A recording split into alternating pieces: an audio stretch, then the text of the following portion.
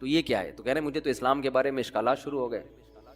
میں نے کہا آپ نے جن سے یہ تقریر سنی ہے نا کہ نیک لوگ کی روح آرام سے نکلتی ہے, بروں کی مشکل سے نکلتی ہے, انہوں نے آدھی بات بتائی ہے, پوری نہیں بتائی.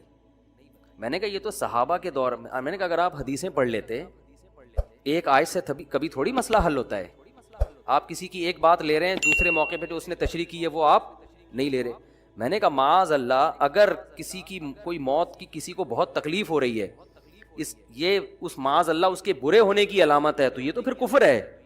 احادیث میں آتا ہے کہ آپ صلی اللہ علیہ وسلم کو موت کی تکلیف دوسروں سے زیادہ ہوئی ہے.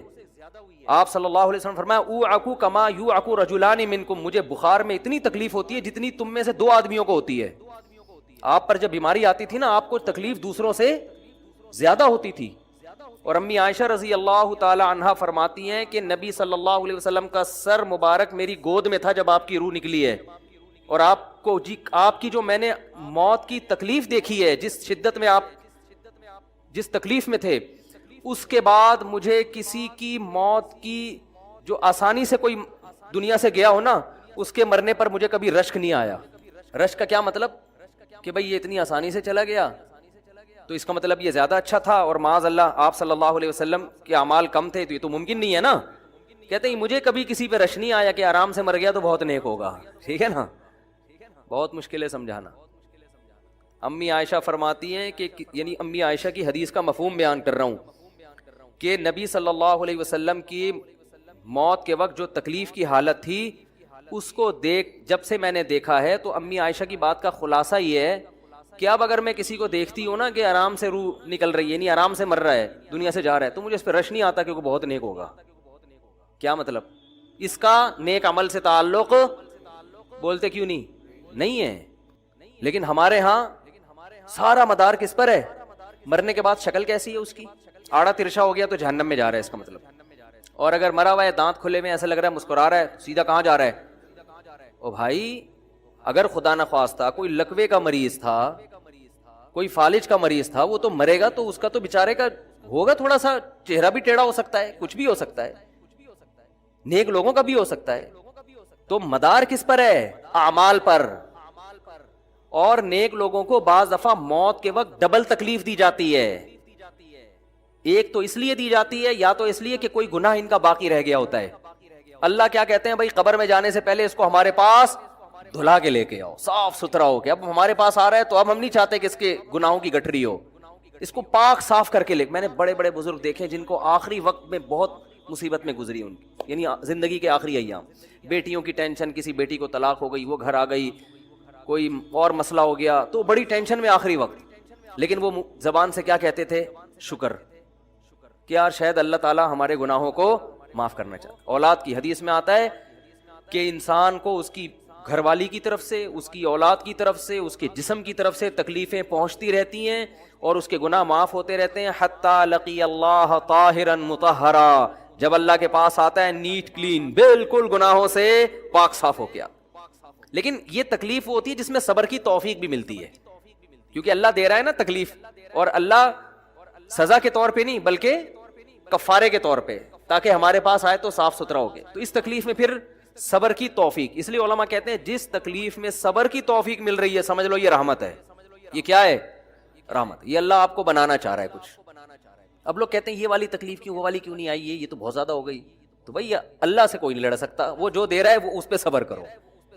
اسی کو کہتے ہیں تقدیر پر رضا. جو اللہ نے مقدر کیا ہے بس ہم اس پہ کیا ہیں, کوشش کریں گے اللہ سے عافیت مانگیں, اے اللہ ہمیں تکلیفیں نہیں چاہیے, ہم تو ویسے ہی کمزور ہیں, ایسا نہ ہو تکلیف میں اور یا نافرمانی پہ نہ آ جائیں, ہمیں تو خوشیوں بھری زندگی چاہیے, اور اللہ ان خوشیوں میں شکر کی توفیق دے کے گناہ معاف کر دے. ٹھیک ہے نا. جیسے لوگ حکیم کے پاس جاتے ہیں, حکیم صاحب کے پاس 2 طریقے ہوتے ہیں علاج کے. ایک طریقہ تو یہ کہ بھائی یہ کڑوی گولی ہے, 2-3 کھاؤ گے فٹ فاٹ ہو جاؤ گے, اس میں یہ بھی پرہیز, یہ بھی پرہیز, یہ بھی پرہیز. اور ایک طریقہ ہوتا ہے بھائی دودھ جلیبی کھاؤ, علاج لمبا ہو جائے گا, لیکن وہ دوا میں کیا ہے, دودھ جلیبی.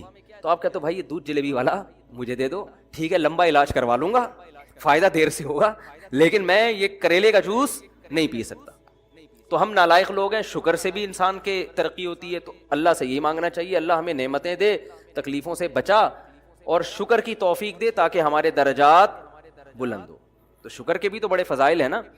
تو مانگنے تو کیونکہ عبدیت اور غلامی کا تقاضا یہ ہے کہ اللہ سے عافیت مانگی جائے، لیکن اللہ تکلیف دے دے تو اس پہ صبر. تو ہمارے نبی صلی اللہ علیہ وسلم کو ہاں یا تو اس لیے تکلیف ہوتی ہے گناہ معاف، یا اس لیے کہ درجات بلند. اللہ چاہتا ہے کہ بھئی یہ دنیا آزمائش کی جگہ ہے، جب آخرت میں آنا تو اتنا تجھے نوازوں. تو ہمارے نبی صلی اللہ علیہ وسلم جنت میں آخرت میں سب سے اعلیٰ مقام کس کا ہوگا؟ سید الانبیاء محمد صلی اللہ علیہ وسلم، حضرت آدم سے بھی زیادہ، نوح علیہ السلام سے بھی زیادہ. تو اللہ نے فرمایا کہ آپ کو پروٹوکول دینے کے لیے آخری جو اب آپ کا آخرت کا سفر ہے نا، اس میں مادی تکلیف آپ کو دوسروں سے زیادہ دی جائے گی. یہی وجہ ہے کہ حضرت فاطمہ رضی اللہ تعالی عنہا آپ کی شہیدی بیٹی، جب انہوں نے آپ صلی اللہ علیہ وسلم کی اس تکلیف کو دیکھا نا، جو موت کے وقت تکلیف تھی اور جو بخار کی شدت تھی، واہ کربا ابتا، فرماتی تھی ہائے میرے والد کا کرب. بہت زیادہ غمزدہ ہو گئی ان کو دیکھ کر کس قدر تکلیف میں ہے. تو آپ صلی اللہ علیہ وسلم نے فرمایا لا کربا علی ابیک بعد الیوم. کیسے تسلی کے جملے. اپنی بیٹی سے فرمایا ہے فاطمہ تیرے باپ پر آج کے بعد کوئی تکلیف، بولو لا کربا علی ابیک بعد الیوم. اس میں بھی آپ صبر کا پہلو تلاش کر رہے ہیں، شکر کا. بس یہ اللہ کی طرف سے آخری ہے. آج کے بعد اے میری بیٹی تیرے باپ پر کوئی تکلیف نہیں. اپنی بیٹی کو بھی تسلی دے رہے ہیں کہ غم ہلکا کر، بس یہ اللہ کی طرف سے آخری ہے، آج کے بعد کوئی تکلیف نہیں ہوگی. تو ہمارے ہاں وہ بیچارہ تکلیف سے جا رہا ہے تو یار دیکھا آ گیا نا سامنے، لگے یہ دیکھا ہم تو کہتے تھے بندہ ہی 2 نمبر ہے، اب آ گیا نا دیکھو کیسے مر رہا ہے. اور پیغمبروں کو تکلیف تو دی جاتی ہے، لیکن کوئی ایسا عیب نہیں ہوتا، ایسی بیماری نہیں ہوتی جو لوگوں میں معیوب سمجھی جاتی ہو. یہ نہیں ہوتا، کیونکہ پیغمبر اللہ کے قاصد ہیں، تو اللہ ان کو ہر لحاظ سے امت کو یہ بتانا چاہتے ہیں یہ میرے رسول ہیں، یہ میرے سفیر ہیں.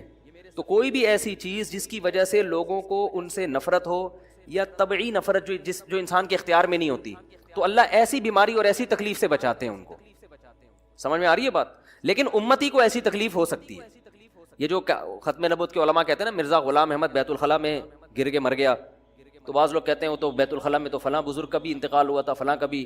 بزرگ کا ہو سکتا ہے، پیغمبر کا بیت الخلاء میں انتقال بولو نہیں ہو سکتا، کیونکہ پیغمبر کو اللہ ایسے عیب سے بچاتے ہیں جو انسانوں میں عیب سمجھے جاتے ہیں.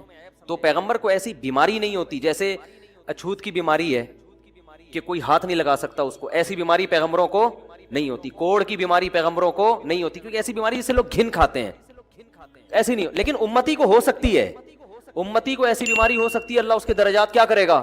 بلند کرے گا. اس سے مجھے ایک واقعہ کسی نے سنایا کہ ایک ہندو تھا، اس کو کوڑ کی بیماری تھی. کوڑ نہیں ہوتا گوشت گلنا شروع ہو جاتا ہے، تو یہ بیماری پھیلتی ہے. تو اس کے رشتہ داروں نے بالکل الگ کر دیا اس کو، وہیں سے کھانا پھینکتے ایسے کر کے. کہیں تبلیغی جماعت گئی، ان کو پتہ چلا، وہ بیٹھ گئے اس کے پاس جا کے، اس کو کھلا بھی رہے ہیں پلا بھی رہے ہیں. تو وہ بڑا متاثر ہوا، یار سب نے چھوڑ دیا اور مسلمان ہو کے تبلیغ والے تو اکرام کا کوئی موقع الحمدللہ چھوڑتے نہیں ہیں. تو وہ مسلمان ہو گیا اور پھر اس کا انتقال ہو گیا تھوڑے دنوں میں. اب دیکھو اللہ نے جو اس کو کوڑ کی بیماری میں ڈالا، یہ بیماری اس کے لیے رحمت بن گئی کہ نہیں بن گئی؟ تو کفر کی حالت میں کوئی اچھا کام کیا ہوگا اس نے، اس کے بدلے میں اللہ نے اس کو کیا دے دیا؟ کوڑ کی بیماری. اب دنیا کہے گی یار عام کافر جو اچھے کام نہیں کرتے وہ تو فٹ فاٹ گھوم رہے ہیں، اور یہ تھوڑا بہت خیال کرتا تھا، اس کو اللہ نے کیا دے دیا؟ بھائی اس کو دیا اس لیے کہ اللہ کو پتا ہے کہ جی کوڑ میں ہوگا تو تبلیغ والے آئیں گے، اس کی آؤ بھگت کریں گے اور یہ کیا ہو جائے گا؟ اسلام میں داخل ہو جائے گا. تو اللہ کے کام ہے، یہ اللہ ہی بہتر جانتا ہے. تو بعض دفعہ اللہ تکلیف میں ڈالتے ہیں تاکہ آپ کے گناہ دھل جائیں. تو اس لیے موت کی جو تکلیف ہے نا، اچھا اور عین ممکن ہے کوئی بہت بڑا بدماش ہو، بڑے آرام سے مر جائے وہ، اور مرنے کے بعد ایسی خوبصورت اسکن ہو جائے اس کی، کیونکہ اسکن کی اچھے یا برے ہونے کا تعلق موسم سے ہے، جینے ٹھیک ہے نا. جس کو برین ہیمریج ہوتا ہے تو چہرہ خراب ہوتا ہے، چاہے وہ نمازی ہو. میں نے ایسے پکے نمازیوں کو جن کی نماز کی حالت میں ڈیتھ ہوئی ہے، ان کو دیکھا موت کے بعد ان کا چہرہ کالا ہو گیا. یہ بری بات نہیں تھی، یہ کالا اس لیے ہو گیا کہ برین ہیمریج ہوا، رگ پھٹی ہے تو بلیڈنگ ہونا، اور ہارٹ اٹیک بھی ہوا پھر ان کو. تو ڈاکٹر کہہ رہے تھے ان کو جلدی دفناؤ کیونکہ یہ بہت جلدی ان کا جسم خراب ہو جائے گا. حالانکہ پھر میں نے خواب میں ان کو جنت میں بھی دیکھا صحیح ہے نا. تو خام خمانہ لوگوں نے یہ چیزیں بنائی ہوئی. تبھی میت کو چھپانے کا حکم ہے، کیونکہ اکرام کرنا ہے نا، تو چہرہ مرنے کے بعد بگڑنا شروع ہوتا ہے. یہ ہر ایک کا ہوگا, چاہے نیک ہو چاہے برا ہو. تبھی تو حکم ہے کہ اس کو جلدی دفن کرو, کیونکہ اس کی توہین ہے اب لوگوں کے سامنے رکھنا. اور ہمارے یہاں کیا ہو رہا ہے, باقاعدہ مردوں کے ساتھ سیلفیاں چل رہی ہیں, ناک میں روئیاں ٹھوسی ہوئی ہیں, اور ویڈیو بن رہی ہے, اور زیارت ہو رہی ہے, لائن لگ لگ کے پبلک دیکھ کے جا رہی ہے. کیا جاہلانہ رسم ہے یار, کیا جاہلانہ. میت میں اور دلہن میں فرق ہونا چاہیے. دلہن کی منہ دکھائی ہوتی ہے, محلے پڑوس کی عورتیں آتی ہیں, بھائی دلہن آئی ہے بیوٹی پارلر سے کے دیکھ رہی ہیں, تو مردے اور دلہن میں اتنا تو فرق کرو, مردے کی بھی رونمائی ہو رہی ہے. تو یہ غلط رسم ہے. انتقال ہو گیا فوراً چہرے پہ کپڑا. ہاں جو اس کے بہت قریبی لوگ ہیں, قریبی لوگ ایسا ہوتے ہیں کہ اگر وہ بدبو آ بھی رہی ہو, چہرہ بگڑ بھی جائے, ان کو نفرت نہیں ہوتی. بیٹے کو اپنے باپ سے نفرت نہیں ہوگی, چاہے جیسا بھی ہو, چہرہ جیسا بھی بگڑ جائے. وہ کہے گا یار میرا اس کا رشتہ خوبصورتی کی بیس پہ تھوڑی ہے. لیکن اجنبی لوگ جب اس کو دیکھیں گے تو چہرے کے بارے میں تبصرے بھی کریں گے. اور ایک صاحب کا انتقال ہوا, میں نے کہا جلدی دفناؤ, چہرہ نہ دکھاؤ. تو انہوں نے کہا لوگ کہیں گے یار لگتا ہے کچھ چہرہ بگڑ گیا اس لیے چھپا رہے ہیں. میں نے کہا اب تو اور چھپانا چاہیے, اس لیے کہ جس کا بگڑ جائے اس کو تو چھپائیں گے تو پھر لوگ یقیناً کہیں گے بگڑا ہوا چہرہ ہے. تو اس رسم ہی کو ختم کر دینا چاہیے. انتقال ہوا فوراً چہرے پہ کپڑا. ہاں بیوی دیکھ سکتی ہے اپنے شوہر کو, یا بیٹے ہیں, یا اس طرح جو بھائی بہن ہیں قریبی, وہ دیکھ لیں. باقی پبلک سے چھپا کے اس کو فوراً کیا کرو, دفن. اب تو قبر میں جا کے بھی دکھا رہے ہوتے ہیں. یہ اجمیوں کی گندی رسم ہے, بری رسم ہے. گندی کا لفظ میں نے تھوڑا سا زیادہ سخت استعمال کیا, لیکن مجھے اس سے زیادہ ہلکا لگ نہیں رہا کوئی لفظ. عرب میں ایسا نہیں ہوتا. سعودی عرب میں جو ہے نا, عرب لوگ بہت سی چیزوں میں ابھی بھی اسلام کے بہت قریب ہیں, بڑے خاندان. ہم لوگ چونکہ ہندوؤں کے ساتھ زیادہ رہے ہیں نا انڈیا میں, تو بہت سی چیزیں ہم نے وہاں سے کیا لی ہیں جو مذہبی لوگوں میں بھی آئی ہیں. عرب میں یہ سسٹم نہیں ملے گا آپ کو. عرب میں جب تک زندہ ہے احترام, ادب, تمیز. انتقال ہو گیا فوراً سے پہلے دفنایا, قبر پہ تختی بھی نہیں لگاتے. وہ جائز ہے تختی لگانا, لیکن وہ بھی نہیں لگاتے. کہہ رہے ہیں اب اس کو تختیوں کی ضرورت نہیں ہے, اب دعاؤں کی ضرورت ہے. دعائیں ہوتی رہتی ہیں ابا کے لیے, صدقات و خیرات کرتے ہیں, ایسا صدقے کرتے ہیں عرب کہ آپ کی سوچ ہوگی. ایسی سخاوت ہے عربوں میں, اپنے ابا کے لیے, اپنی اماں کے لیے دعائیں کرتے ہیں. وہ میں نے بتایا نا ایک واقعہ, میں نے بہت پہلے سنایا تھا. جدہ میں کسی کے ہاں ٹھہرا ہوا تھا, سعودی عرب میں, پاکستانی تھے وہ کسی عرب کے ساتھ 30 سال سے ملازمت کر رہے تھے. عربوں کا نا آپ کو ایک پہلو دکھایا جاتا ہے میڈیا پہ, جو اچھا پہلو ہے وہ نہیں دکھایا جاتا, جو اسلام کی وجہ سے ان میں خوبی ہیں وہ نہیں دکھایا جاتا. تو ایک عرب شیخ تھا جس کی, ہاں یہ ملازم. دوسرا عرب کا جو اصل کلچر آپ کو ملے گا گاؤں دیہاتوں میں, شہروں میں تو پتہ نہیں کون کون آگے آباد ہوا ہے, اس میں اچھے بھی ہیں برے بھی ہیں. کہہ رہے ہیں میں نے دیکھا کہ وہ ایک عرب شیخ اپنی فیکٹری سے نکلا, میں تو ایک بھکاری آیا, اس نے اللہ کے نام پہ کچھ مانگا. اس کے پاس پتہ نہیں تنخواہ بانٹنے نکل رہا تھا, کیا نکل رہا تھا, اس کے پاس بہت سارے پیسے تھے ریال. تو اس نے اس کو بھکاری کو دے دیے. بھکاری کو جیسے دیے, بھکاری نے, اچھا یہ عرب بھی 80 سال کا بڈھا, تو اس بھکاری نے اس کے عربی کے ماں باپ کو دعائیں دینا شروع کر دی دل سے نا. وہ پاکستانی تھا, ہوا بڑا ڈیڑھ ہوشیار, دعائیں دی, اللہ کرے تمہارے ابا کی مغفرت ہو جائے, اللہ کرے. تو وہ عرب کو اتنا اچھا لگا, اس نے اور دے دی. پھر وہ شروع ہو گیا, اللہ کرے تمہارے ابا وہ پھر اور دے دی. کہہ رہے ہیں اتنے پیسے اس بھکاری کو دے دیے. میں نے کہا یار یہ تو لاکھوں پتی بن گیا ہے, سارے پیسے ختم ہو گئے اس کے پاس. اور وہ گھنا دعائیں دیتا جا رہا ہے. وہ جو گھنا تھا نا وہ کیا کر رہا ہے, وہ بھی گھنا بن کے طبیعت سے دعائیں دے رہا ہے. وہ رونا بھی آ جاتا ہے پاکستانیوں کو, آپ کو پتہ ہے. تو کہہ رہے ہیں وہ چلا گیا, پیسے ختم ہو گئے. اس عربی نے کہا اگر یہ میرے پاس اور بھی پیسے ہوتے نا, یہ دعائیں دیتا رہتا, میں پیسے. بعض ایسے جذبات ہو جاتے ہیں نا انسان کے کہ اس کو لگتا ہے کہ شاید یہ دعا قبول ہو رہی ہے, بعض دفعہ ایسی کیفیات آ جاتی ہیں انسان کے اوپر. تو وہ پاکستانی تھے جنہوں نے مجھے واقعہ سنا. کہہ رہے ہیں یار ان کے اندر کوئی ان کے قریب رہے نا تو بعض چیزیں ان میں بڑی خاندانی. عربوں میں ماں باپ کا بہت احترام ہے, بہت. جتنے کسٹمر کے ساتھ بدتمیز ہوتے ہیں نا, باپ اور ماں کے ساتھ اتنے ہی اچھا سلوک کرتے ہیں. ایسا نہیں ہے جیسے زبان چلا دی اور یہ کر دیا, باپ بیٹھا ہوگا سب چپ کر کے آرام. اگر میں یہ بیان شروع کر دوں وہ خبریں جو پہلے سے آپ کو معلوم ہیں, تو آپ تھوڑی دیر میں سب بھاگ جائیں گے یہاں, بھئی یہاں نماز پڑھنا, بیان سننا چھوڑ دو. ان کے سر پہ بال ہیں, ان کے نہیں ہیں, یہ بیٹھے ہوئے. ان کے سر پہ ٹوپی ہے, یہ سفید ہے, ان کی ناک پہ چشمہ ہے, ان کے داڑھی ہے. تو یہ خبروں کے کیا فائدہ؟ تو اللہ بھی یہ خبر دے رہے ہیں ہر نفس نے موت کا ذائقہ چکھنا ہے. تو اللہ ہی تو ہمیں پہلے سے معلوم ہے. اس نالج کی کیا ضرورت ہے, یہ ہمیں بتانے کی, بولے نا کیا ضرورت. تو اللہ نے فرمایا دیکھو جب بھی کوئی خبر دی جائے اور جس میں کوئی آرڈر چھپا ہوا ہو تو وہ خبر ہوتی ہے, لیکن اصل میں اس خبر سے خبر مقصد نہیں ہوتی, بلکہ ایک اس کے اندر آرڈر چھپا ہوا ہوتا ہے, اس کی طرف اشارہ کرنا مقصد ہوتا ہے. خبر برائے خبر یہ حکیمانہ کلام نہیں ہے. میں کہوں ان کے سر پہ ٹوپی ہے, ان کی ناک پہ چشمہ ہے, تو کیا کریں بھائی, ہے تو کیا کریں. لیکن میں ایک خبر دیتا ہوں, مجھے پیاس لگ رہی ہے, ایک خبر ہے. پشتو میں کہتے ہیں نا خبر اوری کا نا, سنا یہ لفظ, خبر سن رہا ہے کہ نہیں سن رہا. میں ایک خبر دیتا ہوں, مجھے پیاس لگ رہی ہے, فوراً 2-4 بندے اٹھیں گے کولر کی طرف پانی لینے کے لیے. ایسا ہوگا کہ نہیں ہوگا؟ اگر نہیں اٹھیں گے تو اس کا مطلب بہت ڈھیٹ ہیں. کیا ہیں؟ بہت ڈھیٹ لوگ ہیں. ایک بندے کو پیاس لگ رہی ہے, پانی کا انتظام نہیں کرتے.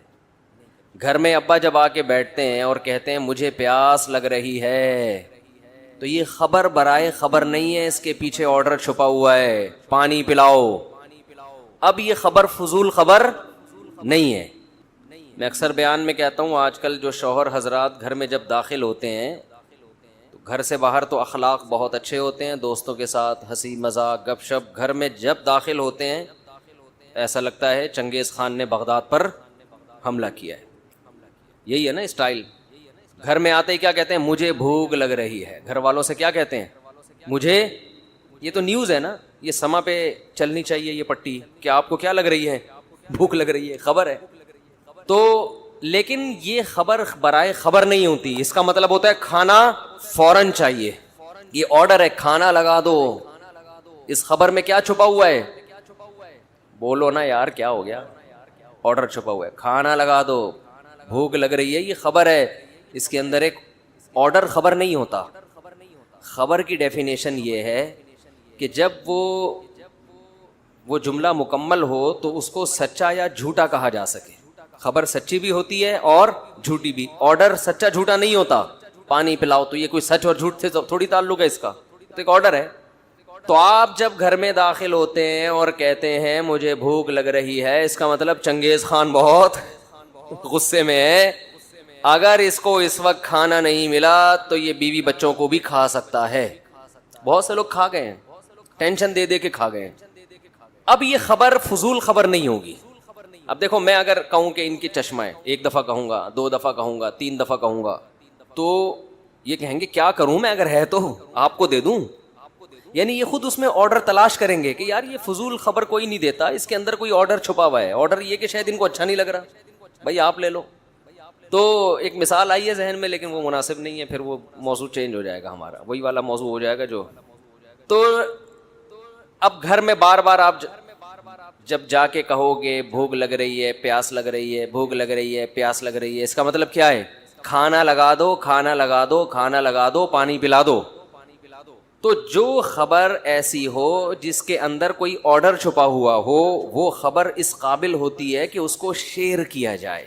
جس خبر کے اندر کوئی آرڈر چھپا ہوا نہیں ہوتا, وہ خبر ٹائم ویسٹنگ ہے, اس کا عملی زندگی سے کوئی تعلق نہیں ہے. خامخواہ میں لوگ کہتے ہیں نا جنرل نالج, تو خامخواہ کی جنرل نالج کی اسلام میں کوئی ویلیو نہیں ہے, یہ ٹائم ویسٹنگ ہے. آج کل یہ بھی ہوتا ہے نا کہ 356 کو 488 ضرب دو تو کیا جواب آئے گا, تو چھوڑو, کیلکولیٹر سے بتا دے گا کیا جواب ہے, ہمیں کھوپڑی استعمال کرنے کی کیا ضرورت ہے, کیا ضرورت ہے بھائی.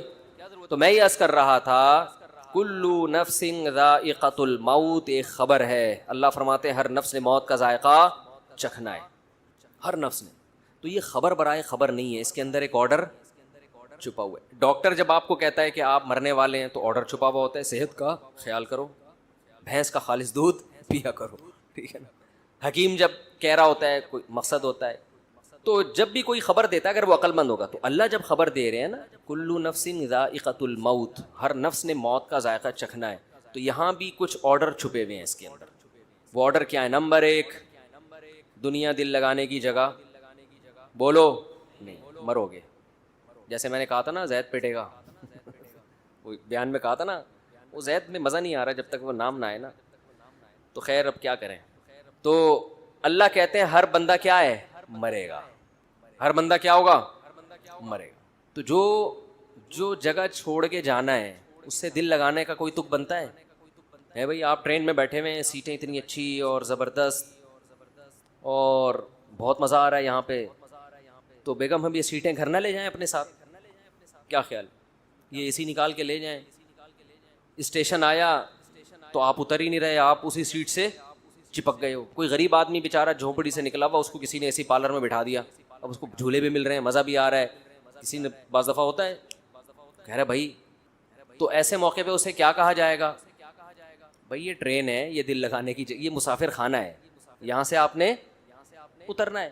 تو ایک آرڈر تو یہ چھپا ہوا ہے کہ دنیا دل لگانے کی جگہ بولو نہیں. لیکن یہ بات سمجھ میں نہیں آتی, جیسے کرونا جب تک خود نہ ہونا اس وقت تک سمجھ میں, خود کو نہ ہو جائے اس وقت تک نہ SOPs پر انسان عمل کرتا ہے, نہ اس کی سمجھ میں آتا ہے. وہ یہودیوں کی سازش ہی سمجھتا رہتا ہے, سمجھتے سمجھتے بالآخر سانس اکھڑتا ہے, پھر چیختا ہے آخر میں نہیں بھائی سازش وازش, یہ واقعی بیماری ہے. ہم نے بہت سے لوگ ایسے دیکھے ہیں, سمجھا کے تھک گئے تھے, نہیں مان رہے تھے. تو جب کرونا کا اٹیک ہوتا ہے نا تو پھر انسان کہتا ہے یہ والی علامتیں تو آج سے پہلے مجھ میں کبھی پائی نہیں گئی تھی. ایک صاحب تھے بہت الجھتے تھے مجھ سے, میں ان کو بتاتا بھائی یہ بیماری ہے, وہ نہیں مانتے تھے. پھر جب ان کو ہوا نا, پھر ان کا یہ ملفوظ ہے کہ کرونا ایک ایسی بیماری ہے جب تک خود نہ ہو انسان اس پر ایمان نہیں لاتا. تو میرے بھائی موت بھی ایک ایسی حقیقت ہے, مانتے ہیں زبان سے بولتے ہیں, دل سے نہیں مانتے.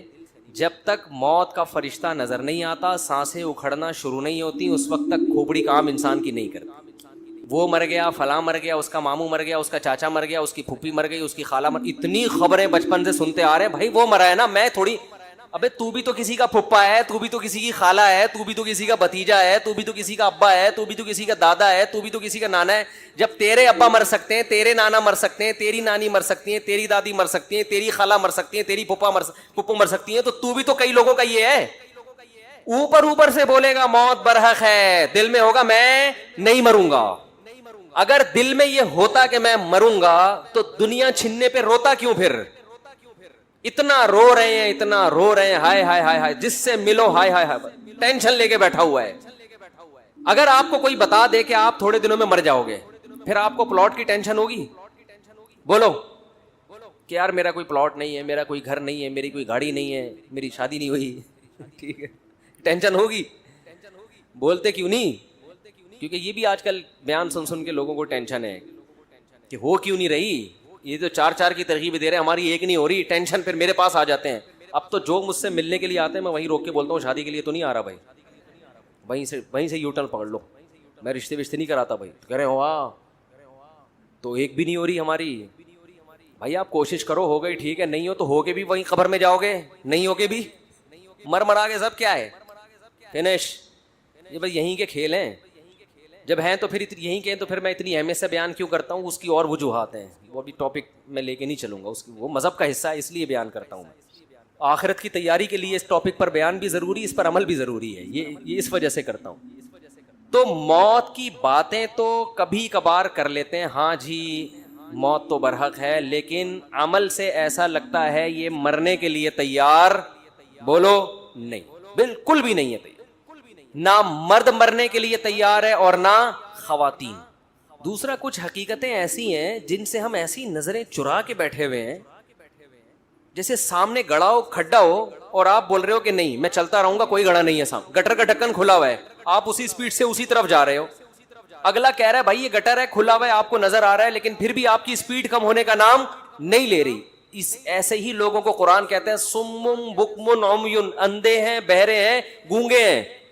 قرآن جن کو اندھے بہرے اور گونگے کہہ رہے ہیں وہ سچی مچی کے اندھے بہرے گونگے تھوڑی تھے, ان کی تو نظریں 6x6 نظریں لے کے بیٹھے ہوئے تھے, کان سماعت بہت تیز تھی ان کی, سنتے بہت تھے, بولتے بہت تھے. ان کو قرآن کیا کہہ رہے ہیں؟ اندھے ہیں, بہرے ہیں اور گونگے ہیں, نہ حق بول سکتے ہیں, نہ حق سنتے ہیں, اور نہ حق دیکھتے ہیں. یہ انہی کے بارے میں کہا ہے جو موت کو مانتے ہیں لیکن عمل سے لگ رہا ہے کہ یہ تیار نہیں ہے اس کے لیے. ایسے ایسے واقعات سامنے آتے ہیں, انسان کانوں میں انگلیاں ڈال لیتے ہیں کہ بھائی یہ مت سناؤ ہمیں. یتیم کا مال کھانا, قرآن کہہ رہے آگ کے انگارے ہیں. باپ مر گیا نا, یتیم بچہ ہے, قرآن کیا کہہ رہے کیا کھا رہے ہو؟ آگ کے انگارے. لوگ کھا رہے ہیں کہ نہیں کھا رہے؟ بولو نا. بہنوں کی وراثت, یتیموں کی وراثت نہیں دے رہے. دیکھو قرآن نے نا مالی معاملات میں بہت وعیدیں بیان کی ہیں. میں نے دیکھا ہے لوگ نماز روزے میں کسی حد تک آ جاتے ہیں پیسوں میں, کیونکہ آخرت کو بھول گئے. نماز سے دنیا نہیں جاتی نا بھائی, نماز پڑھنے سے دنیا کا کوئی نقصان نہیں ہو رہا, تھوڑا ٹائم نکال کے مجاہدہ کرنا پڑتا ہے. پیسوں کے معاملات میں آپ کی دکان بند ہوتی ہے, نماز میں تو 10 منٹ کے لیے دکان بند کرنی پڑے گی نا, کوئی بڑا نقصان تو نہیں ہے. لیکن جب آپ پیسوں کے معاملے میں کلیئر ہو کے چلو گے تو لاکھوں کروڑوں روپے سے ہاتھ دھونے پڑتے ہیں آپ کو. یہاں کے لوگ دنیا کو مسافر خانہ سمجھنا چھوڑ دیتے ہیں. پیسوں میں جو آدمی ایک نمبر ہوگا, اس سے پتا چلے گا کہ یہ دنیا کو واقعی کیا سمجھتا ہے. بولو نا یار زور سے. یہ مسافر خانہ سمجھتے ہیں, عبادت سے نہیں پتا چلتا. ہم نے بڑے بڑے دنیا کی محبت کے مریض, بڑے بڑے کرپٹ لوگ دیکھے رمضان کے پورے روزے رکھتے ہوئے. ہم نے بڑے بڑے 2 نمبر 5 نمازیں پڑھتے ہوئے دیکھے, حج کرتے ہوئے دیکھے ہیں. انسان کی دینداری کا اور اس بات کا کہ یہ آخرت پر یقین رکھتا ہے, سب سے پہلے پتا چلتا ہے کہ مالی معاملات میں پیسہ دینا کسی کو بہت مشکل کام ہے, اپنا نقصان کر کے. میرے پاس صبح شام کیس آتے ہیں, وہ 1 کروڑ کھا گیا, وہ اس کے 2 کروڑ کھا گیا. جو کھایا ہوتا ہے میں اس سے بولتا ہوں دو, اس کو کہہ رہے کہاں سے دوں, گھر بیچ کے دو. بھائی میں کیا روڈ پہ آ جاؤں؟ میں نے کہا جن کے پاس ذاتی گھر نہیں ہے کیا روڈ پہ سو رہے ہیں وہ سارے؟ بولو نا کیا ہو گیا بھائی, کرائے پہ رہو نا. نہیں جی میں کیسے گھر بیچوں, میں نے فلاں کا 2 کروڑ دینا ہے 3 کروڑ دینا ہے, میں گھر کیوں بیچوں؟ پورے حرام خوری کے مزے اڑائے گا ہے بھائی. گھر بھی اپنا رہے, گاڑی بھی نہ بکے, سب کچھ ہو, اور پھر اضافی کوئی تکا لگ گیا تو فلاں کا قرضہ ادا کر دوں گا میں کیونکہ میرے بزنس میں لاس ہوا ہے. سمجھتے نہیں ہو, میرا خیال ہے یہ ہو رہا ہے مارکیٹ میں, بزنس میں لاس ہوا, میں کہاں سے تو دے گا. آج کل میرے زبان پہ باپ کا لفظ چڑھا دیا اس بندے نے, تیرا باپ بھی دے گا. مکان بیچ دے قرضہ فلاں کا. میرے چھوٹے چھوٹے بچے ہیں, میرے تو بھائی چھوٹے چھوٹے بچے بھی ہوتے ہیں, بڑے بڑے بچے بھی ہوتے ہیں. یہ تو ہمیشہ سے ہو رہے, بچے کبھی چھوٹے ہوں گے, کبھی بڑے ہوں گے, کبھی منجلے ہوں گے, کبھی نہیں بھی ہوں گے, کبھی ہوں گے. یہ تو دنیا کا حصہ ہے. تو کیا آسمان سے نیا نازل ہوا ہے کیا تیرے چھوٹے چھوٹے بچے ہیں؟ بچے تو پہلے چھوٹے چھوٹے ہی ہوتے ہیں, بڑے بڑے تو اچانک پیدا نہیں ہو جاتے. فضول قسم کی باتیں.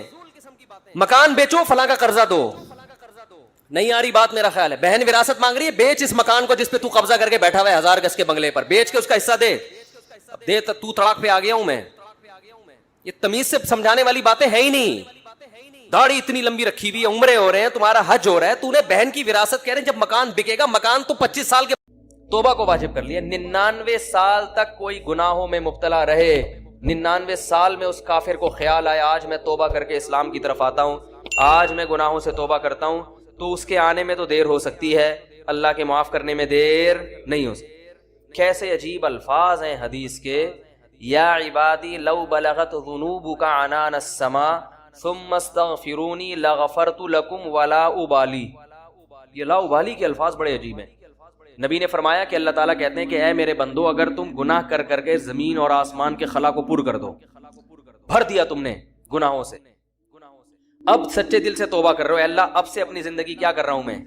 توبہ کا مطلب یہ نہیں استغفار کی تسبیح ہو, یا اللہ اب جو کچھ ہو چکا معاف کر دے, آئندہ نہیں کروں گا. یہ اس جذبے سے